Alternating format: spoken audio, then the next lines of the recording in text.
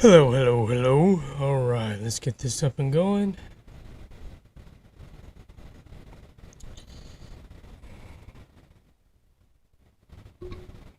Alright. Chat is up.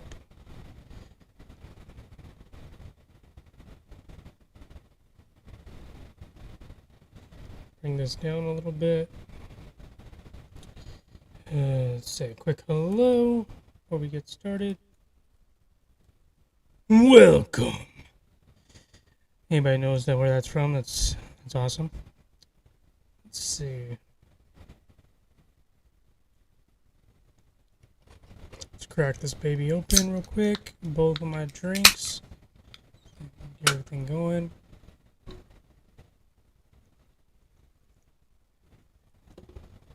There we go. Alright, we all set up? I think so. Alright, well, welcome to today's stream for the third day of the DNC, and like the title suggests, wow. Yeah, there was a lot of mistruths and lack of truth in all of it, and pretty much all of it. And there wasn't a lot of claims that were trying to be made, at least in favorability to the Democrats. It was all like anti-Trump, pretty much, all 3 days so far, just talking shit. And that's all their pretty much their platform is, essentially, is, hey, Trump is bad, you don't want him, just choose us. Well, why should we choose you? Why are you asking questions? Just choose us. We're not him. That's basically their whole platform. And we're going to get into that and why that is. All right, let's go ahead and go into the first one. All right, so Michelle Obama, we don't have the luxury of cheating others to get further ahead. We don't get to change the rules, so we always win. Damn. Oh, man, this girl is tone deaf. Like, seriously, Democrats, that's your stance? Michelle Obama, that's your stance? That we don't have to cheat? I covered this last live stream last week, but I was like, dude, even Georgia, Wisconsin have both come out and said, hey, there's some funny numbers in the 2020 election. We apologize. There has been some major errors on our part, and a bunch of votes were either thrown out, deleted, or switched from one party to another. And I'll give you a guess to which party were switched to the other party. And it wasn't Biden to Trump. I'll tell you that shit right now. Yeah, and I show you posts of vote counters that blatantly just came out and said, oh yeah, I threw out every Trump vote I came across. And not only me, but everybody that was working alongside me, and it was thousands of votes. And it's like, holy shit, man. Wow. Just blatantly come out and saying it. I'm sure they're not under investigation. Because we all know that the DOJ is inside the back pocket of the deep state.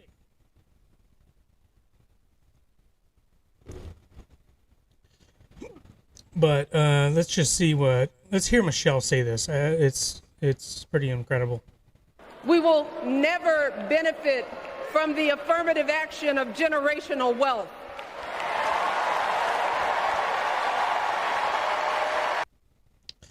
That's damn true, because it will never be created if you're using affirmative action in order to try to push up an unprepared individual.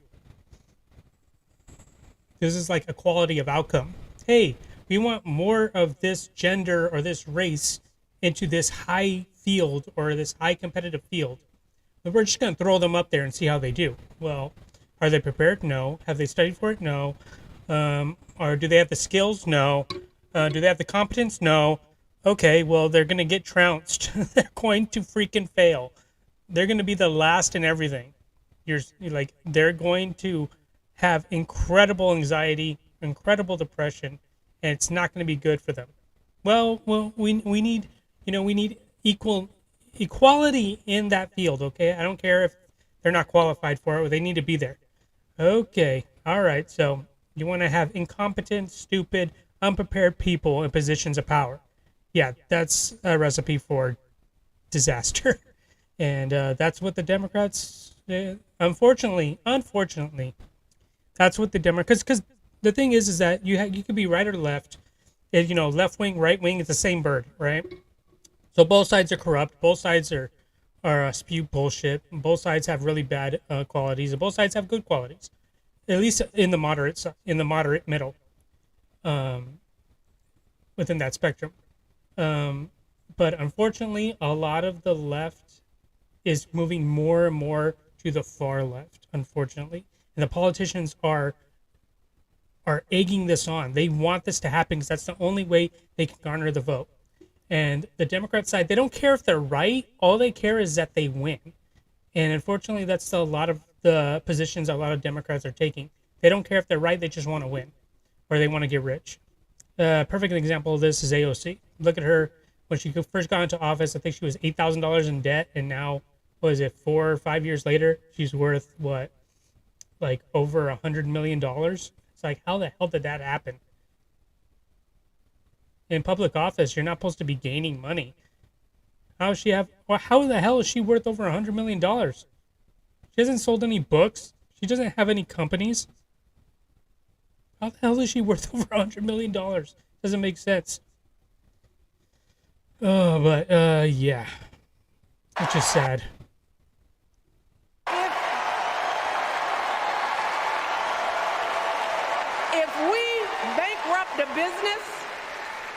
If we bankrupt a business or choke in a crisis, we don't get a second, third, or fourth chance.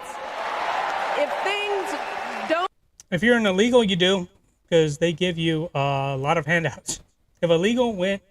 Because there was a story that just came out how an illegal, as of right now, like in 2024, an illegal came over the border and the government has offered to purchase a veteran's truck business for the illegal, right? The illegal has no money of their own, no job, no prospects, nothing, but the government's going to pay this woman for her food truck so the illegal can have it. So even if the illegal fails, how many times is the government willing to do that? They did it once. You don't think they'll do it again? Come on, man. They're paying for votes.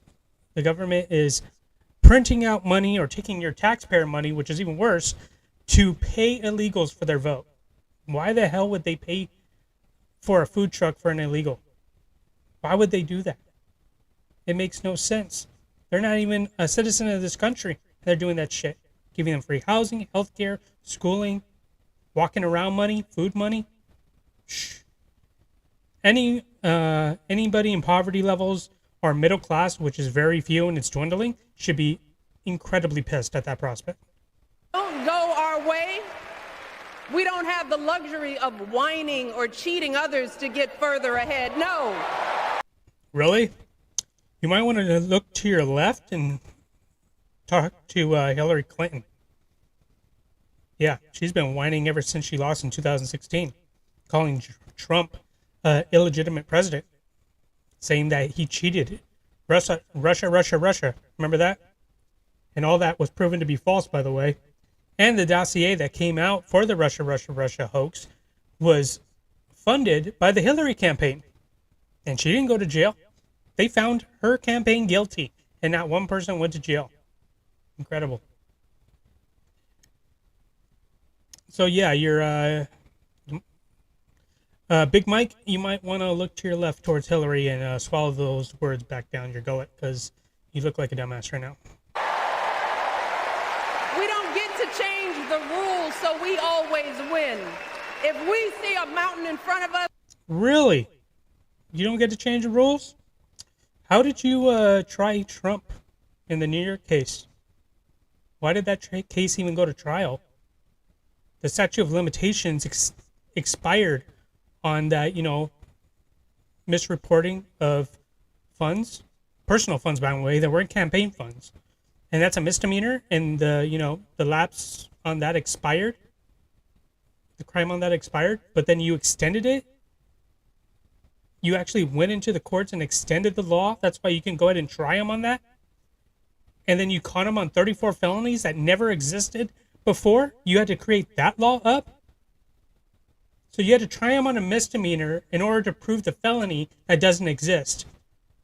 And that you couldn't try him on that in the first place, because that's a federal elections law, which doesn't fall under the jurisdictions of a federal court, a regular federal court. That goes to elections court.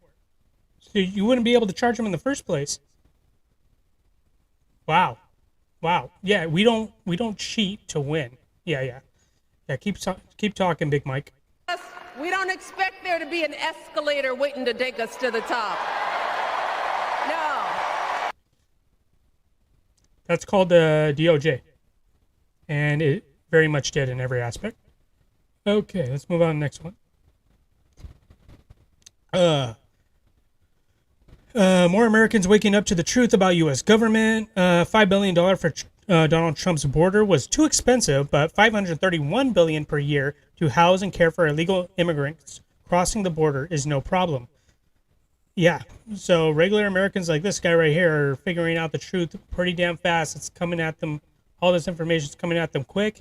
And the next 3 months, you're going to see a total shift after all this information starts coming out. It's going to be trickling out. It ain't going to be this, like, big old, super soaker shot at everyone's face that is uninformed. It's going to be more like a drip on their forehead, annoying the shit out of them because they keep hearing about it.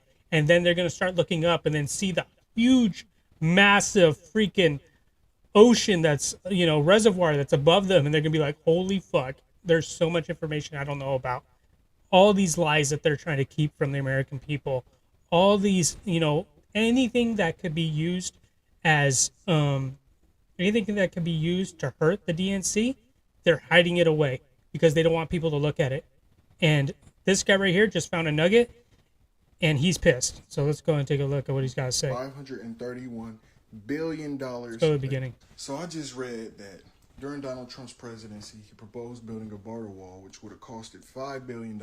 The media covered it by saying it was a waste of taxpayer dollars. They also made it seem like it was impossible to build.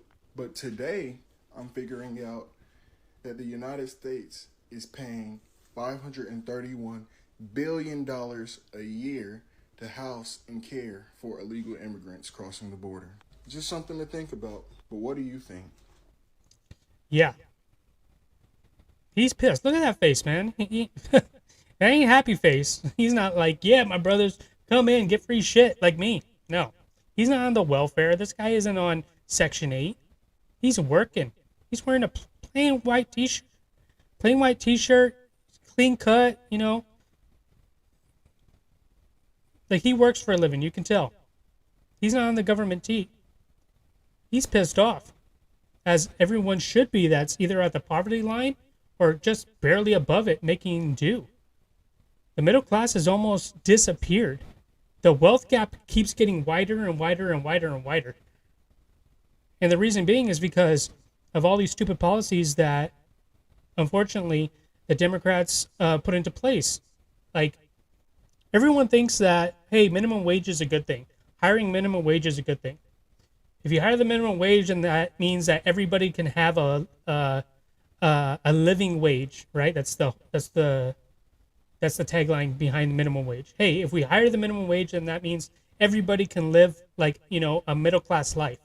The problem with that is that if you think about it logically, if you're an employer, right, and you're making so much revenue, and you're barely making ends meet, let's say you make over $400,000 a year, right?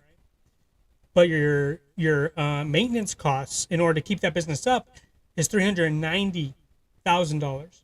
So you only have $10,000 left for salaries for your business. Well, that's not going to cover all your employees, especially if it's 100 plus, and you're not going to be able to give yourself a salary. So that means you're in the negative. You're borrowing money, more than likely.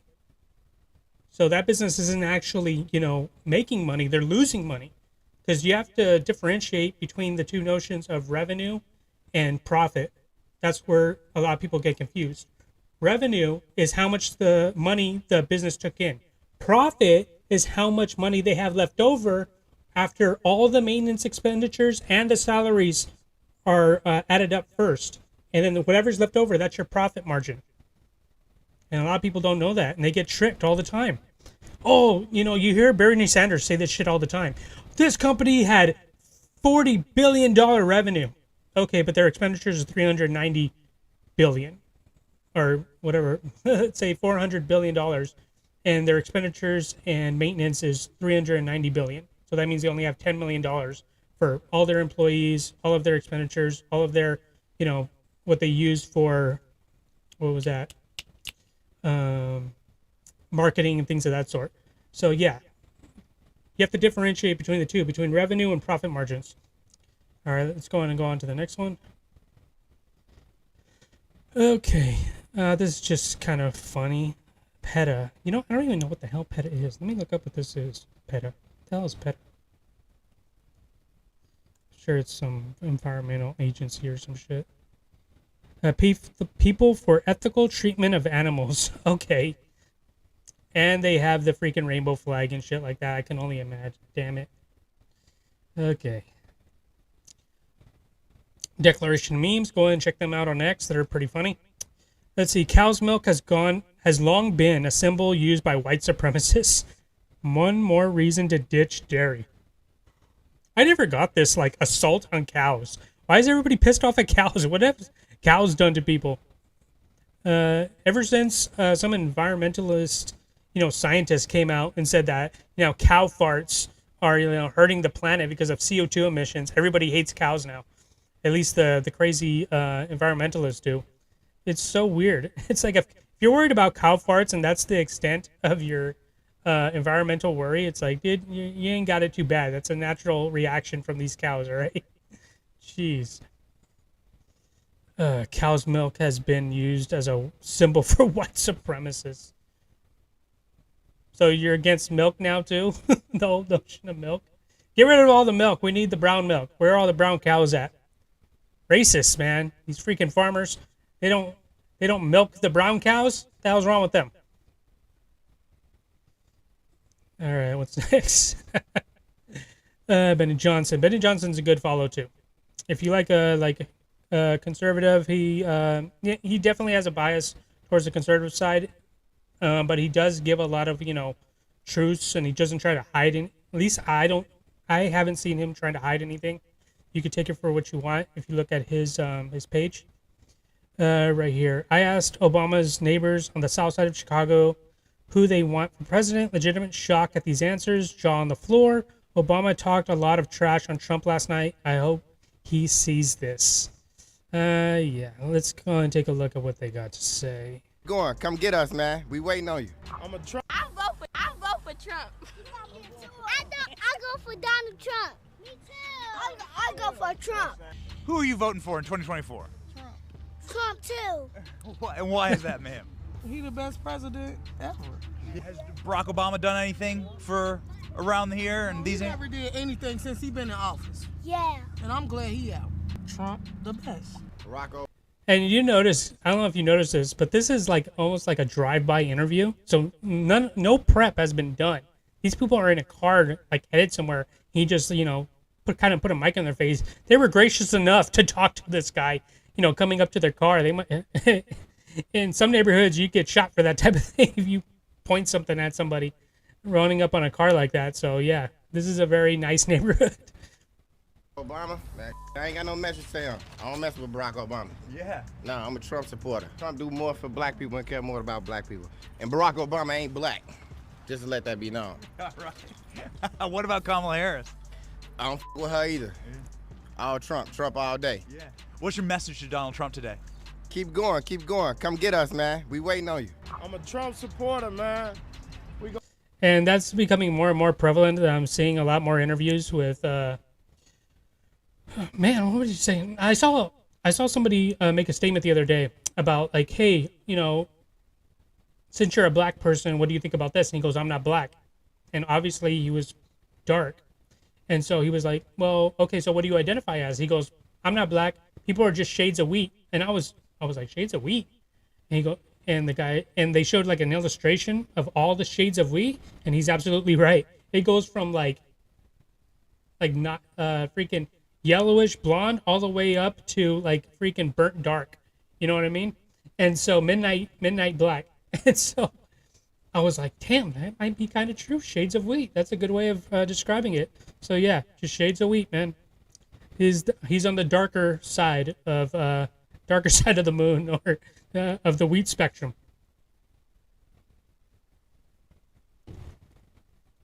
All right, let's say with this guy. Go keep this going. Trump, he a real businessman. I'm a real Republican, man. I want Trump back in office second term.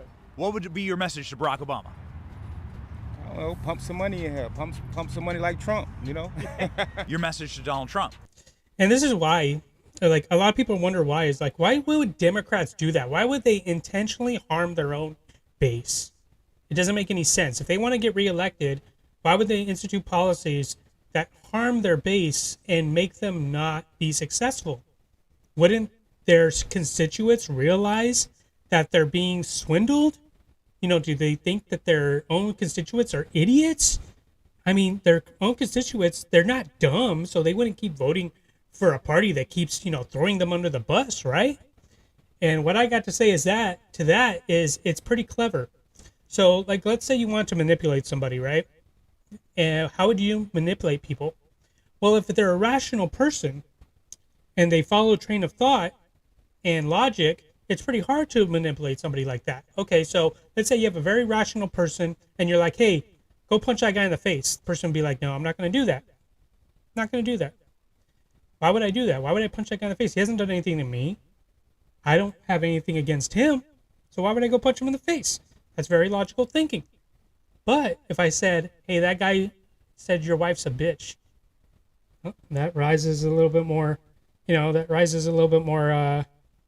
ire within them. What did he call my wife?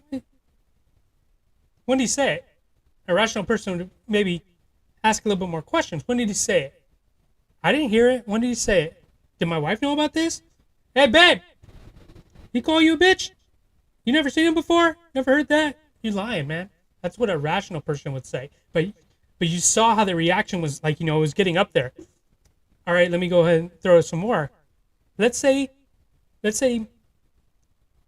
you believe me and you have been friends, and I tell you that this guy is evil, or this guy like berates women, he hates women, and I gaslighted you for about 2 months.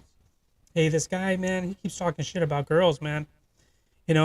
Like I always hear him, like girls are only for the kitchen. I don't. My wife says anything, I tell her shut the hell up. I grab girls' asses whenever they walk by me, and you're just gaslighting this guy up on this dude that you probably don't even know at all. You're gaslighting him into believing that this guy's a piece of shit that hates women, right? He's a misogynist. And then you tell him after 2 months, hey, that guy said your wife's a bitch, and then he pinched her ass.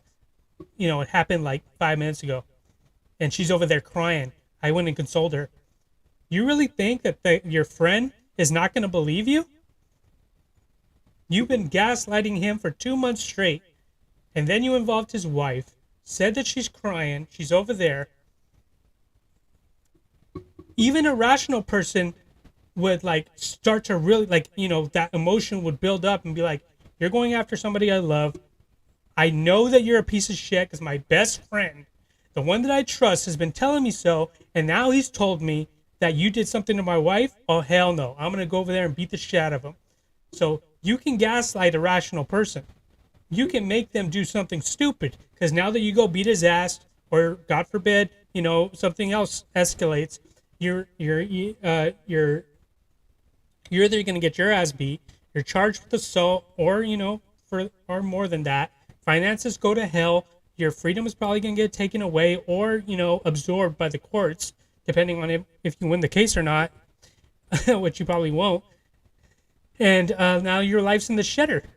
And it's all because you believed the rhetoric of, your supposed best friend that's been gaslighting you this whole time.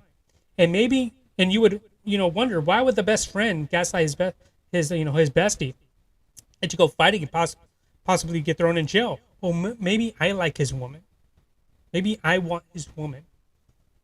And I want him out of the picture. But I don't want to, take him out myself, kidnap him, or, take him out. So how do I get him out of the picture? Well, this is a good way to do it. And then when, this comes out that, he's done something to this guy for whatever reason, I can gaslight the wife into believing whatever the hell I want. Oh, he went after that guy because he's jealous. He's been jealous this whole time. I didn't want to tell you. Or I've been gaslighting her this whole time and believing that he's some jealous dude and he talks shit about her. You have an imagination. You can only imagine what could happen there in order to go ahead and make her believe that her husband's a piece of shit. But that's exactly what the Democrats do to their base. It's like, hey, affirmative action is going to help you. It's going to help you get further in life.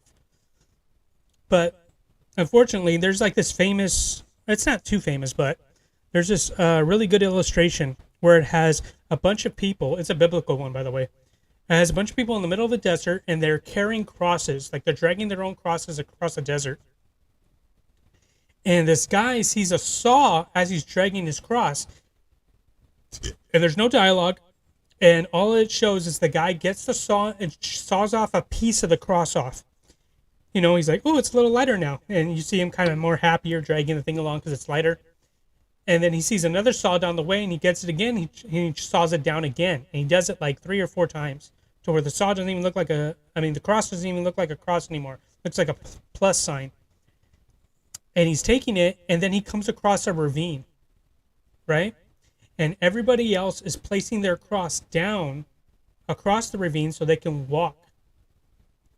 And then they grab the cross from the other side, and then they keep marching on. But now the guy with the plus sign, it's not long enough. Now he can't cross. And that's the analogy I use for a lot of these people, these DEI hires and affirmative action, affirmative action cases. It's like they're putting you in positions to fail. They're giving you a saw so you don't have to try as hard, but then that leaves you unprepared for what happens. Perfect example of this is if you go into a job and like it's above, you don't even know what the job is really.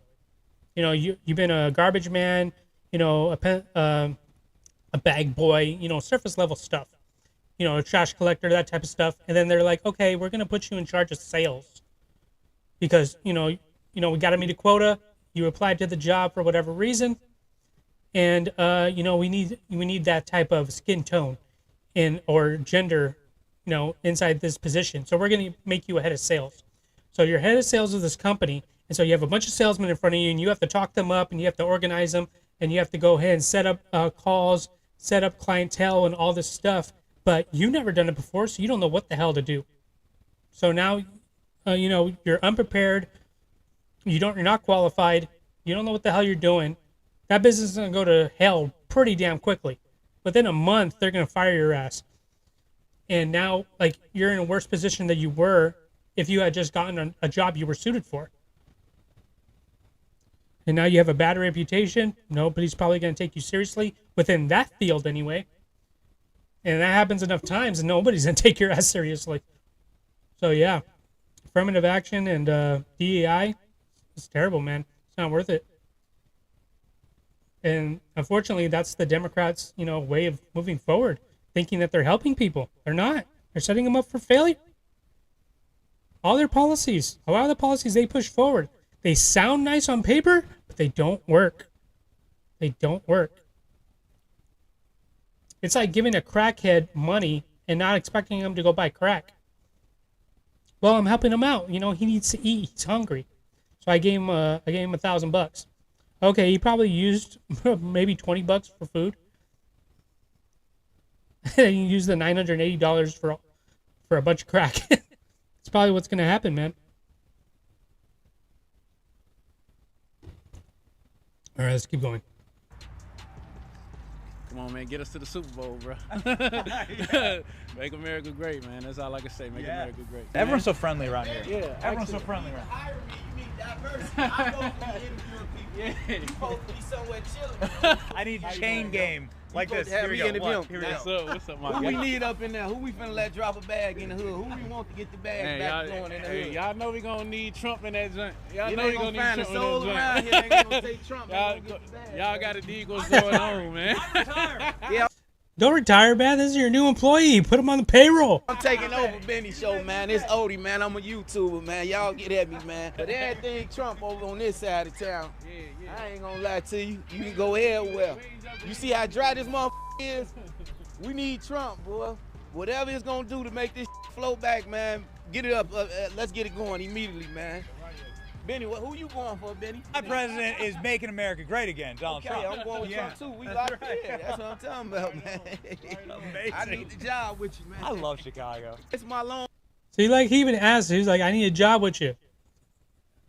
Benny, you got to expand, man. You got some of that capital, invest into like other people that can go out and get the message out and do like interviews like this on the street. Long lost twin, man. Separated at birth, man. Better tattoos, better style, better hair. We both good looking though, man. That's all that count, man. Better Pause. teeth, and a better ride. All right. Yeah, you gotta live that flair lifestyle, man. Especially if you're in the public eye. Okay. All right, so a lot of people have been making this point to where like, oh, Kamala, who voted Kamala in? And here you go, this guy, if you can see it, Yurkok, around the clock, right here. And because the people have been saying, who's voted for Kamala? And you'll see it right here on the bottom. From Graham Allen, no one elected Kamala. Let that sink in. And you got this guy saying, then why did I fill out a ballot with her name on it? Right? And if you take a look right here, so you see the bubble, it says Joseph R. Biden and Kamala D. Harris, Democrat Party nominees. And he's absolutely right. She was on the ballot with Joe Biden. You got him there, man. You got him there. But wait, just below that, Donald J. Trump and Michael R. Pence.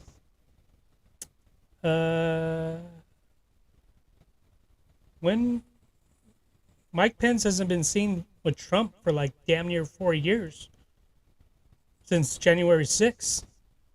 So this was 4 years ago? This was 4 years ago, huh? And when people are talking about this statement here, no one elected Kamala, they're talking about nobody elected Kamala for president. That's the point that we're making. Because back in 2020, Kamala went on her own to try to run for president. And unfortunately, she didn't get one delegate. She didn't even make it to one primary vote because she campaigned like usual, like everyone else. She was doing horribly. I think she was projected to get less than 3% of delegates. And she quit right before the election took place. So she was out before anybody else. And then, this happened where Joe Biden picked her. He picked her. He could have picked anybody else. So not one American citizen actually voted for Kamala to be in any position. She was selected to be in a position. So right here, Biden chose Kamala. Not you, because you were going to choose Biden regardless. It could have been Amy Klobuchar on here. It could have been Michelle Obama on here. And you wouldn't have chose them. You didn't choose Harris. And then this year in 2024, everybody voted for Biden in the primary, even though that they they went without some primaries. I wonder why. RFK. Yeah, they didn't want some people on the primary ballot, so they held off on a few primaries so they wouldn't be on the ballots. But a lot of people voted for Biden in order to be the, general nominee. And so he won all the delegates. The convention a month ago, he was the presumed nominee because he had most of the delegates, won. So then the debate happened, the debacle. Everyone said he's going to lose. So the Democrats were like, we need you gone, dude. Everybody was saying it. People were talking behind the scenes. And then mysteriously, Biden decided to go ahead and drop out on X. Not a personal message, but he decided to type up, what would you say, a withdrawal letter from, pursuing the next presidency to be reelected. Okay, so he's out. So from that point on, for democracy, for quote unquote democracy to take place, they would have to be an emergency primary so that the people can go ahead and choose a new candidate from those that are left from the pool. But that's not what happened. The Democrats elites were just like, well, we're choosing her. We're choosing Kamala. Don't worry about it. Well, nobody voted for Kamala in the primary. She wasn't even on the ballot in the primary. So democracy is dead. That's essentially what's going on. Democracy is dead on the Democrat side. There should have been an emergency primary the month leading up to the DNC, or at the DNC, an open primary. But that didn't happen. They chose her for you. You don't know best. We know best for you, so just trust us. And everybody that's supporting the Democrats that believes in that jargon was like, yeah, sure, okay, I trust you guys. Please choose for me. Okay, that's not democracy, man. Democracy is dead on the Democrat side. They keep talking about this. We have to defend democracy against Trump. Well, you killed it yourselves. What's that line from Star Wars? So this is how democracy dies. With thunderous applause. You're seeing at the DNC right now, all the applauding is the death of democracy. And a whole lot of other shit too, which we'll get to. All right, let's move on to the next one. What is the biggest threat to America's national security right now? As of right now, it's definitely, I would say the biggest threat to national security right now in the immediate is the border. That is the biggest threat, the border. We have so many unknown people in this country right now, upwards of 20 million. And I'm sure a good portion of those people are probably, just people looking to improve their lives. And, no fault to them and everything, but they have to come through the legal way. Can't have this mass influx because of tribalism. And when you don't naturally or politically or, lawfully come into a country the right way, you don't have any respect for that country, especially if you don't like them.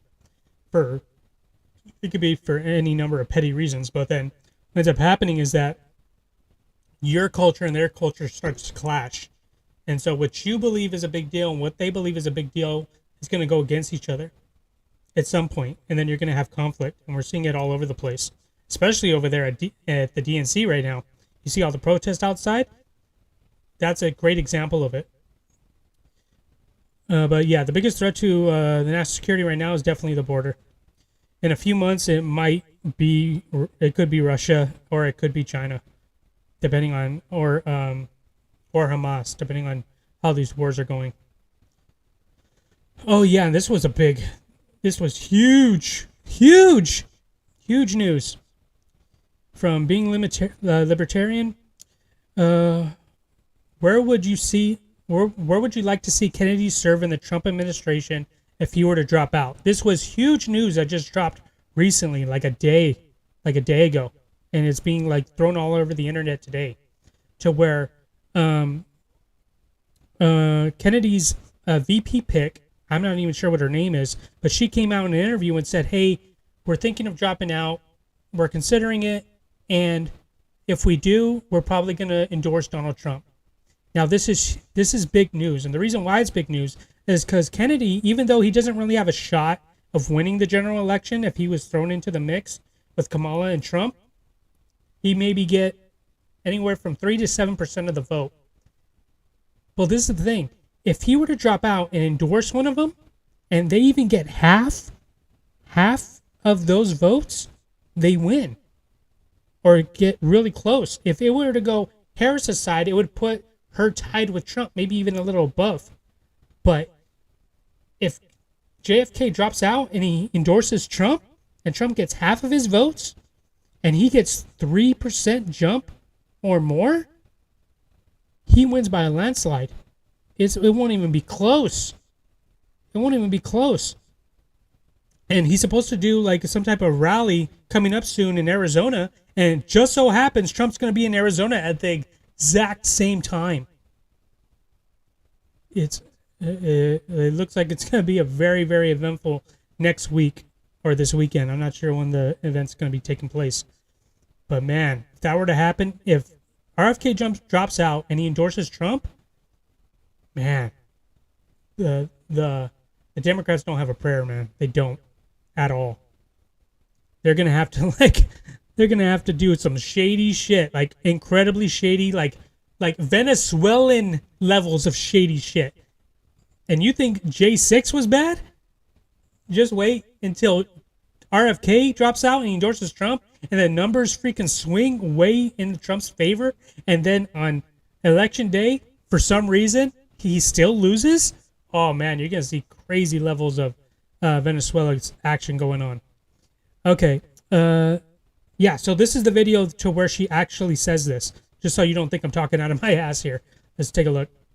You know, there's two options that we're looking at, and one is staying in, forming that new party, but we run the risk of a Kamala Harris and Walt's presidency because we draw votes from Trump, or we draw somehow more votes from Trump, or we walk away right now and join forces with Donald Trump, and you know, we walk away from that and we explain to our base why we're making this decision.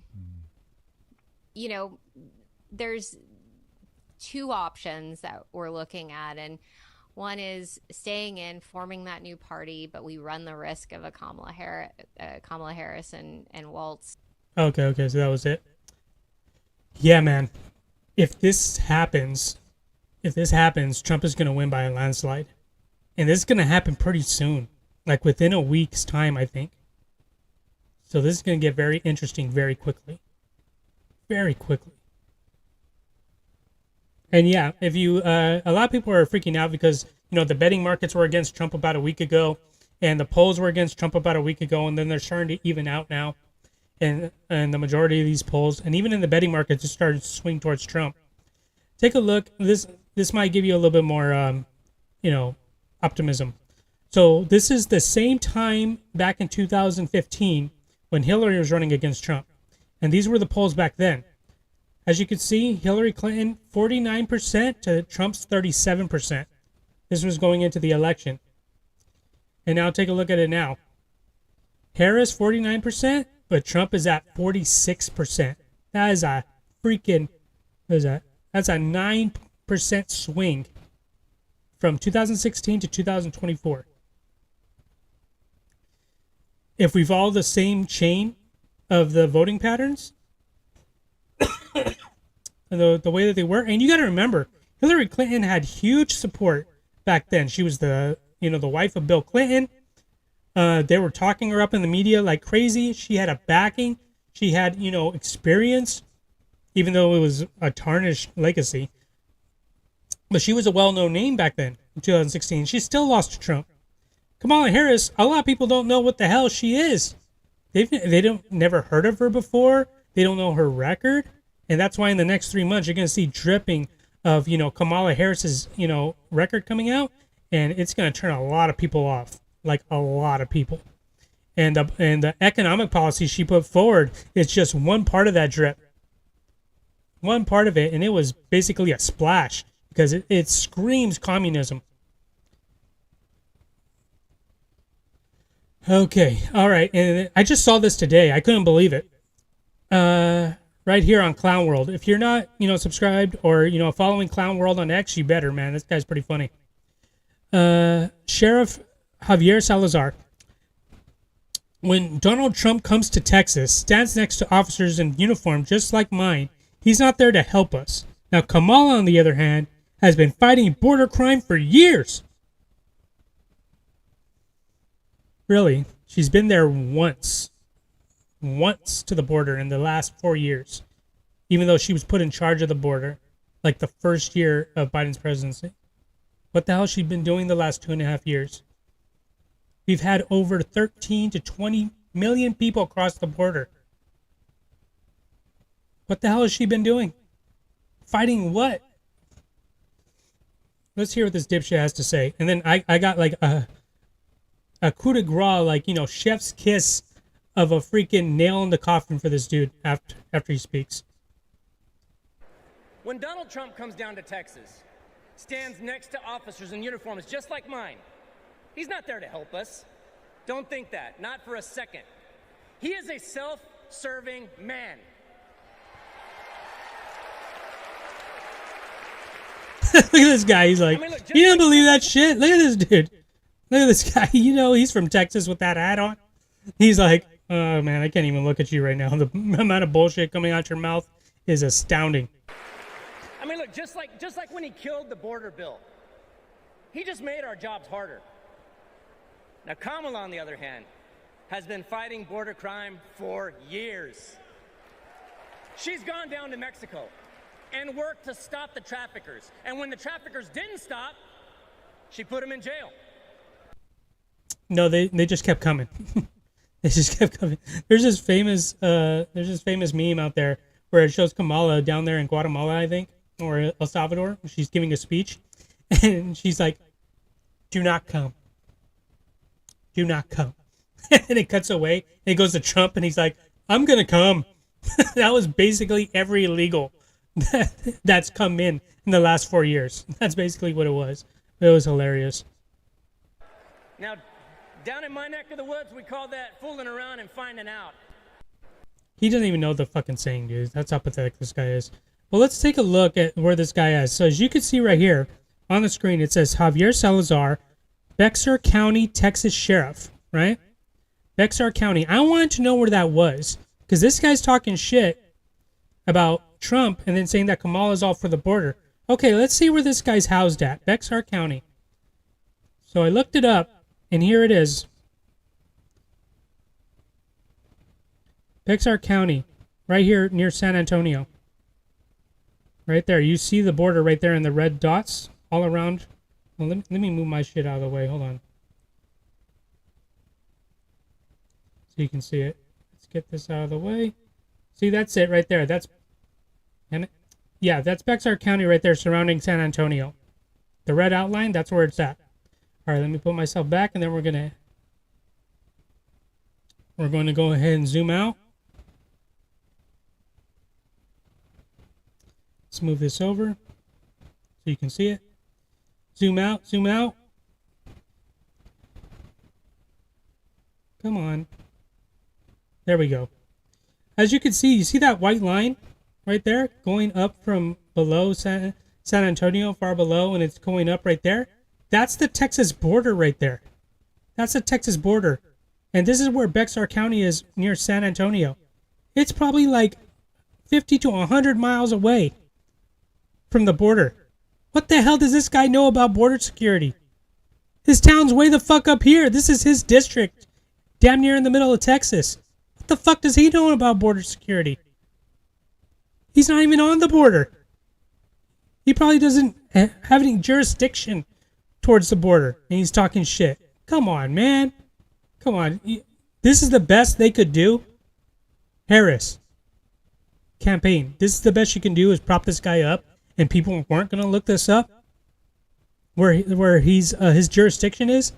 It's nowhere near the fucking border. This is a joke. Oh man. Okay. Yeah. So Trump, came out recently and he basically told his followers, hey man, I know times are rough right now. So if you can't afford to, contribute to our campaign, don't do it. I'd rather you feed your kids than give me whatever you had left, or feed yourself, don't go into debt on my account. And let's hear him say it. Hello everyone. I only want you to donate to my campaign if you can afford to.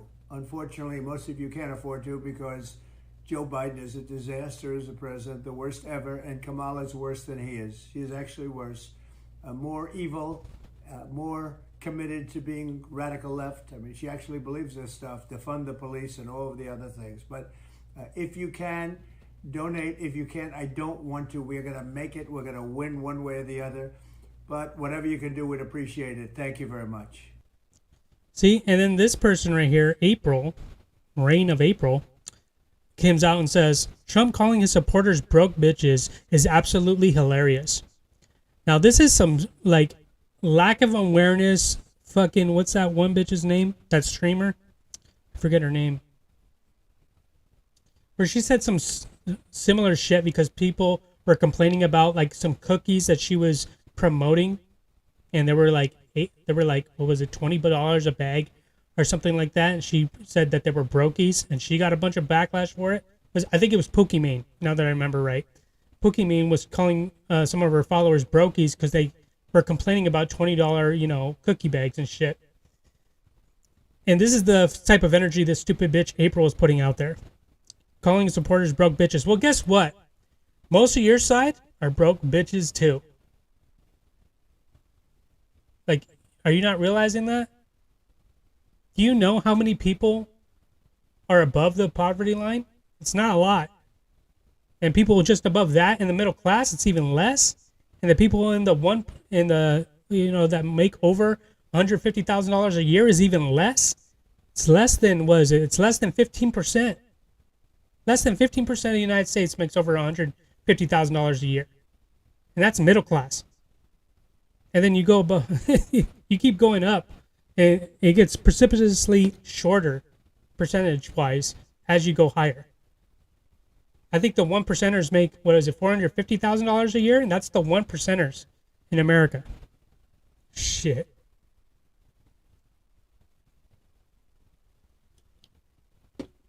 Ain't a lot of these successful people out here, man. If there was a bunch of successful people out here, the rest of the world would be freaking desolate. Okay. All right. No, please leave you. All right. So this is something I thought that was actually pretty funny, so I'm going to bring it up. Your daughter brings him home. Holy shit. Your first words. What would your first words be? I already have mine all set up. If my daughter brought somebody like this home, I would look at her first and be like, what the hell is wrong with you? What the fuck is wrong with you? Are you serious? It would either be, what is wrong with you?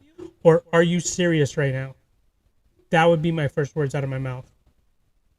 There is no fucking way. I tell this guy, get the fuck out of here. Get out of here. First I tell her, then I tell him, get the hell out of here. There's no way. No way. Okay. Oh, this was just sad when I saw this, man. Oh, I gotta prepare myself. I'm crying for this guy's non-existent masculinity. It's so tragic. Okay, let's get into this. OMG. The white dude for Kamala really just said his wife has a black lover. So he's a cuck. Oh, God. The lover that my wife took is African American, and I've learned so much about the struggle that people of color go through. Really? Yeah, the struggle of the rusting, I guess. That's his struggle. This can't be real. Well, on the Democrat side, this is very real, unfortunately. This is, Destiny vibes right here. Let's hear it. Oh, my God. All right, let's go.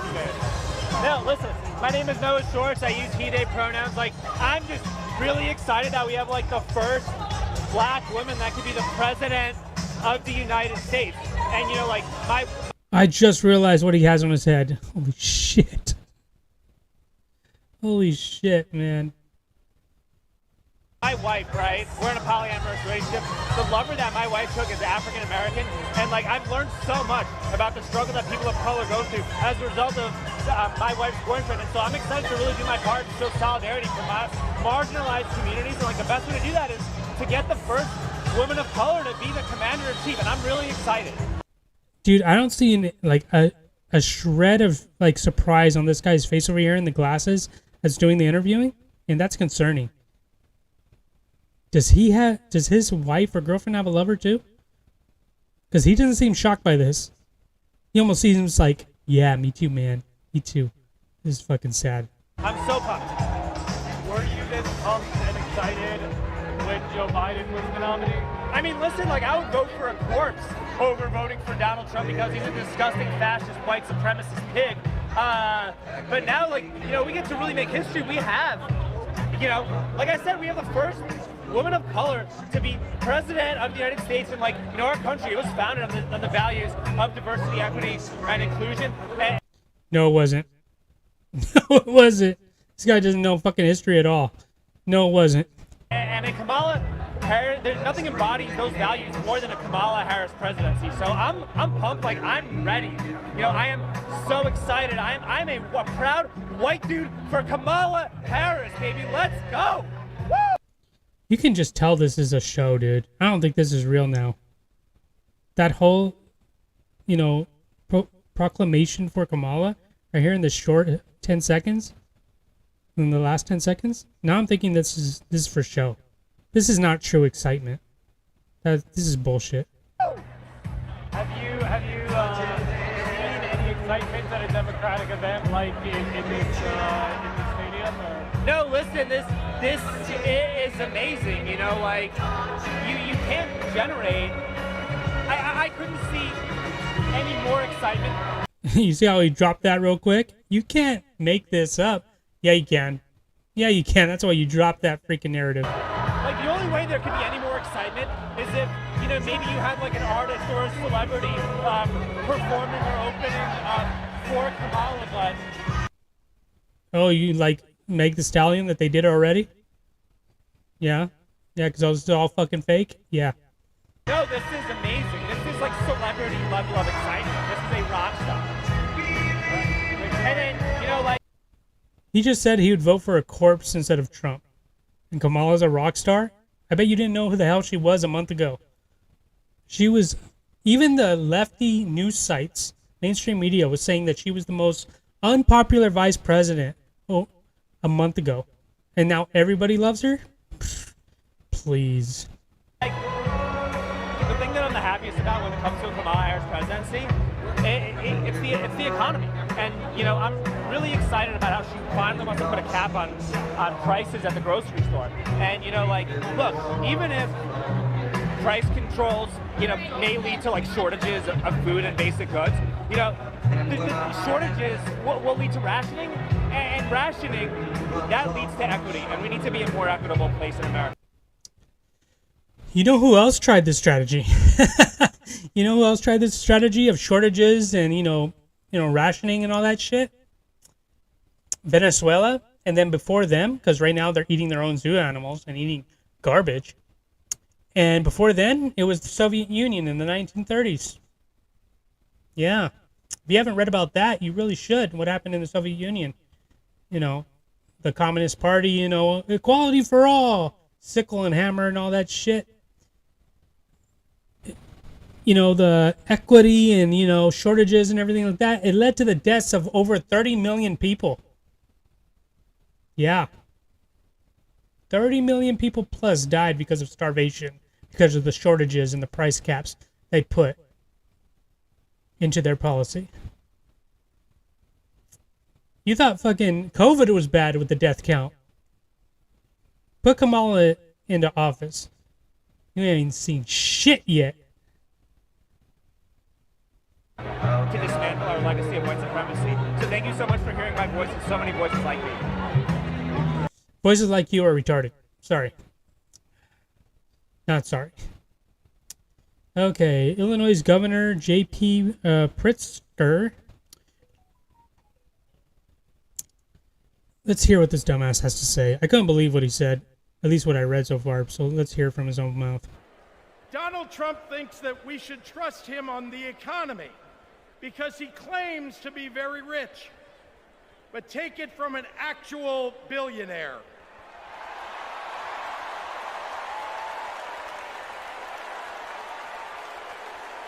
Trump is rich in only one thing: stupidity. From an actual billionaire. So he's claiming that Donald Trump isn't rich. So I just did a quick search of the net worth of Donald Trump. 4.3 billion. That seems like a billionaire to me, dumbass. Everyone says that Trump is broke. He's worth 4.3 billion. And a couple years ago, he was worth 7 billion. So he's lost $3 billion in the past couple of years. Since he was president, he never took a salary. His salary should have been $400,000 a month. He never took it. He always donated his salary. Go ahead and fact check me on that. It's true. So yeah, this JB Pritzker, you don't know what the fuck you're talking about, dude. You're a retard. Okay. Oh yeah, and this is where the degeneracy comes into play, man. And this is a psyop too, and I'll tell you why in a second. So let's hear this dumb woman say whatever the hell she has to say. I'm Kate Cox, and I love being a mom. I have 2 beautiful children, and my husband and I have always wanted a third. But when I got pregnant, doctors told us our baby would never survive. And if I didn't get an abortion, it would put a future pregnancy at risk. But Trump didn't care. And because of his abortion bans, I had to flee my home. Why does she have notes?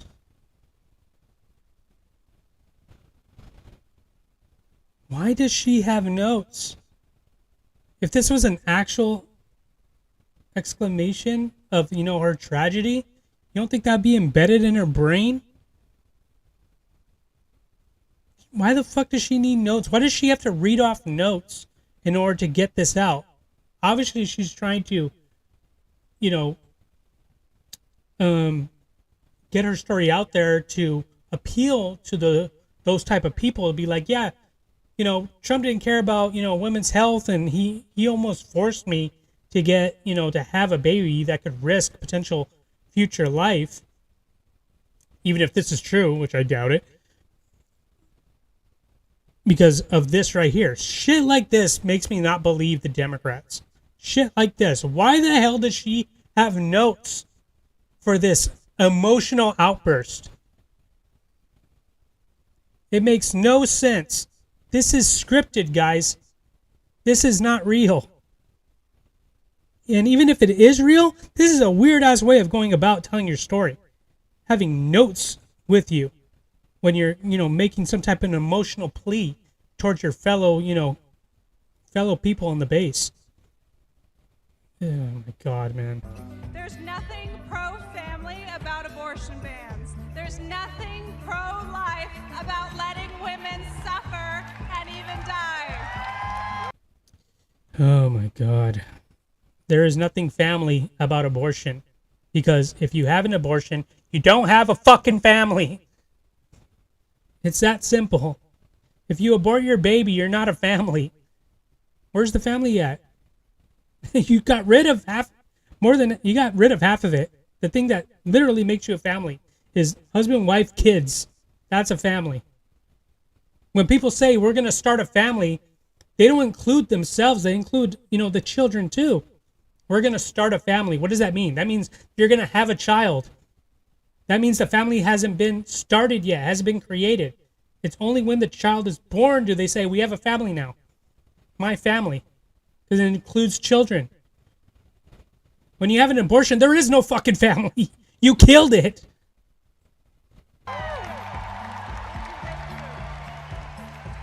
Today, because I found a way to access abortion care, I am pregnant again.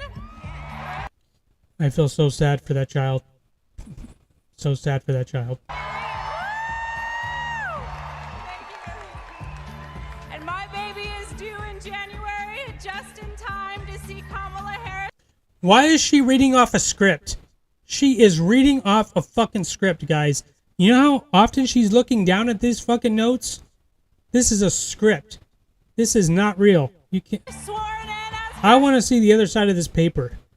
It probably says what she has to say verbatim. Oh my God. This is a hoe right here. She is bought and paid for. I doubt this bitch is pregnant. Oh, this one's even more absurd. Okay, let's go ahead and read. Let me just get the names. Reporter Raymondo. I don't know who this is. When you hear that, do you potentially think that this new numbers could be a liability for this campaign? No, when I hear that, first of all, I don't believe it because I've never heard Donald Trump say anything truthful. It is, though, from the Bureau of Labor. I'm not familiar with that. When you hear that, do you Okay, so what are they talking about? They didn't really get into it, but maybe this will clear it up. Reporter, nearly 1 million jobs created Okay, reporter. Nearly 1 million jobs created since Kamala took office do not exist. Raymundo, I'm guessing it's this woman on the left. I don't believe it because I've never heard Trump say anything truthful. Reporter, it is from the Bureau of Labor. Raymundo, I'm not familiar with that. So is she not familiar with the Bureau of Labor, or the notion that, I guess because the Biden campaign, let's get to the beginning. The Biden campaign recently came out and said, or the Harris campaign, I should say, recently came out and said that since Kamala took control of the Democratic nominee, that 1 million jobs has been created. And Donald Trump came out recently and said, that's not true, that's a lie. And so the reporter's asking her basically, hey, don't you think that hurts them a little bit? 'Cause they're lying about the actual numbers of job creation. And this girl's denying it, saying, like, I'm not familiar with that, with the Bureau of Labor, or their claim that that's not true. Basically, us getting caught in a lie, the Harris campaign. Well, let's go ahead and take a look at the Bureau of Labor. So this is the Bureau of Labor's website, as you can see right here, U.S. Bureau of Labor Statistics. And I went ahead and put in the dates for job change from the year 2021 to 2024, right? This is the years that Biden has assumed office. As you can see, this just goes by the thousands, by the way. So 500,000, then it goes up to 750. So this is just, as he's taking office in January of 2021. So this is when the lockdowns were starting to go away after he took office. And it jumps up to like dang near 800,000, then drops dramatically within 4 months, all the way to 260, 70,000. And it keeps doing that, but it's in a downward trajectory in his years of taking office. So up, down, up, down, up, down, up, down, in these really dramatic curves. And in the stock market, anybody that does stocks, you know that happens when that stock in particular is very volatile, which means that it's not stable. And so it keeps taking these huge ups and dips all over the place. And then it starts to finally kind of even out here in the last couple years, from, I would say, September 2022 all the way to present. But it's heading in a downward trajectory. So the jobs aren't being created. They're actually losing jobs, not creating jobs. And it goes all the way to right here, May, and then further on, you see in May 2024, the jobs were at less than 250,000 being created. And then it drops all the way down to maybe like 100,000 being created. And you could be like, well, that's during the Biden administration and stuff like that. So that's not fair. Okay, fine. Let's just go from the year 2024. Let's see how the jobs are doing then. So here you go. Here's the graph. And it shows this is a thousands marker on the left side. So from January 2024, or let's just do this past month. This past month, right? So this past month has been, let's go all the way to June. Let's go to June, because it only goes up to July 24th. So from June 2024, I forget when she finally announced she was taking over. I think it was sometime in July. It was right after Trump's assassination attempt, so it had to be like mid-July maybe. So probably like July 20th or something like that. So somewhere in here, between June and July. Let me get myself out of the way. I'm kind of like blocking it. Or let me just raise it up. Here we go. As you can see, from June to July, the jobs have been losing. It went from probably 180,000 to what, 120,000? So it's actually going in the wrong way. It's not creating jobs, they're losing jobs. Yeah, this is a total lie that the Harris campaign came up with. 1 million jobs created? You lost about 80,000 jobs. The hell are you talking about creating jobs? See, it says right here, 179,000 in June, and then in July, it went down to 114,000. That's like a 60,000 swing. Sorry, not 80,000, 60,000 swing. So yeah, this is definitely going to hurt Kamala when she starts campaigning more. People are going to start realizing this shit, that this whole Harris thing is just a total fake out. I mean, when they announced that Kamala was going to be the nominee, I thought that they were just throwing a candidacy away. I thought they were just chucking it out and they threw her under the bus. That was my first impression when that happened. And I'm thinking it's starting to prove true with everything that's going on right now. Because even when Kamala came out with her economic plan, even the mainstream media was saying what a catastrophe that plan was. It says Kamala will reduce the price of groceries if elected. Not with the way she's proclaiming it, with these shortages and price gouging laws and, price fixes and stuff like that. That's communism shit. You're going to see the repercussions of that real quick. Believe in a future where we lower the cost of living for America's families. And when I am president, I will bring down the cost of groceries by making sure markets are competitive and fair. We believe in a future. Yeah. The way her policies are going, it's not going to happen, man. Prices are going to jack up significantly. Crazy. Either that, or if she does go the opposite way, and she makes fixed prices amounts, what that's going to mean is that these businesses are not going to be able to pay their bills, so they're not going to be able to have major supplies coming in, or they're going to have to get rid of services in order to go ahead and make ends meet. So you're going to have lack of services and lack of supply, where everybody has been living a life of abundance up until now. So because of that, there's going to be panic buying like you saw during COVID with the toilet paper. There's going to be shortages on everything, and people are going to starve, especially in the more rural communities and in the big cities. You're going to see huge amounts of starvation and shortages going on. It's going to be ugly. Okay, that's all I have for you for today, man. Yeah, we can't let Kamala be president, man. It's going to be a fucking shit show if she gets into office, and no one's going to be happy. Everyone's going to be pissed, and it's going to lead to a lot of deaths. I'm telling you. But let's leave on a happy note. With the RFK news coming out, there's real reason to be hopeful, man. Because if he drops out and he endorses Trump, that's basically like nail in Kamala Harris's campaign's coffin. It's over. It's pretty much done. So with that being said, you guys have a good night, have a good weekend, and I'll see you when I see you. All right. Go and like, subscribe, and then hit the notification bell so whenever I do go live again, you will not be missed out.